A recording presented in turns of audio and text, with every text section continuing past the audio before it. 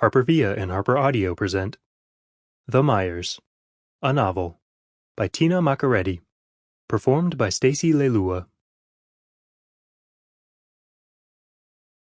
E tohu mau mahara ki a Moana Jackson, and for the children who show us how to see.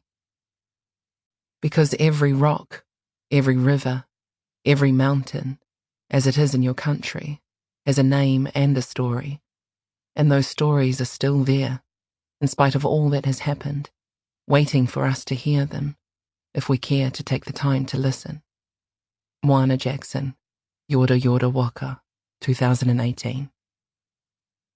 Ask the god to open the house of your chest, wide enough that your enemy may enter. Tusiata Avia, house, Paleaitu, spirit house. Ko au te repo, ko te repo, ko au. Content warning. While this book has been written with care for its readers and characters alike, it deals with racism, extremist views, and racially motivated and domestic violence. Some of this may make painful listening. Take care.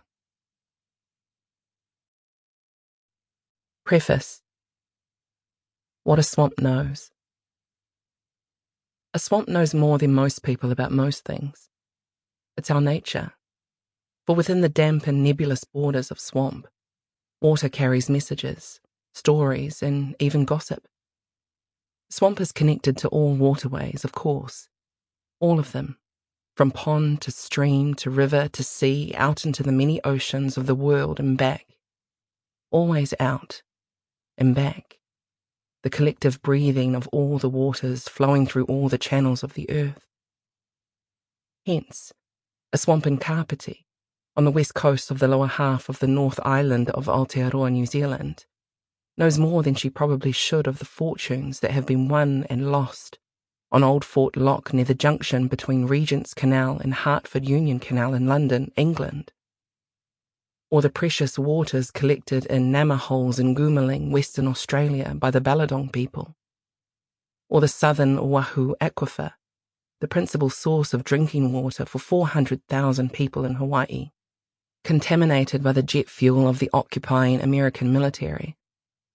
And a swamp knows more than this, for there is nowhere our waters do not connect.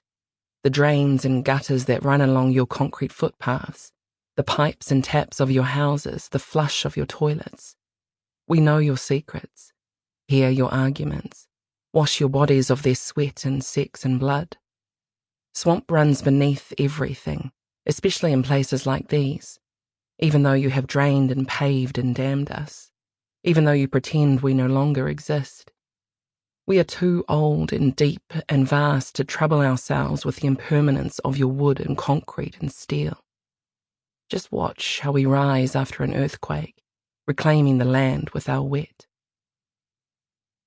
The earthy, trickling channels of swamp are like the roots of trees that spread and connect and communicate. People have just discovered that this is what trees do, that in fact trees are more sentient than you have heretofore understood, and that they share information with each other underground via their root systems and the fungal mycelium networks they share. Or should we say that people have recently rediscovered this understanding of trees, since people have known this for eons, and then forgotten it, and then learnt it again, then misplaced the knowledge. People are forever in the act of coming to know something and then losing themselves in or from that knowledge, forever going through enlightenments and dark ages, then collectively forgetting their history. Swamp doesn't forget, but looks on in amusement when humans do it again, when humans forget so wholeheartedly that they can't even see the ones who haven't lost their knowledge or their connection to all that is. These few are disregarded, sometimes ridiculed, until things come round again. And things always come round. Or at least they have until now. Chapter 1. Wairere. Darug country, Sydney, not long ago. Keri had chosen to do things the hard way all her life, so it was no surprise that she gave birth to Wairere alone. Others were supposed to have been there, the midwife, the assistant midwife, and her mother, but it was 3:15 Sample complete. Ready to continue?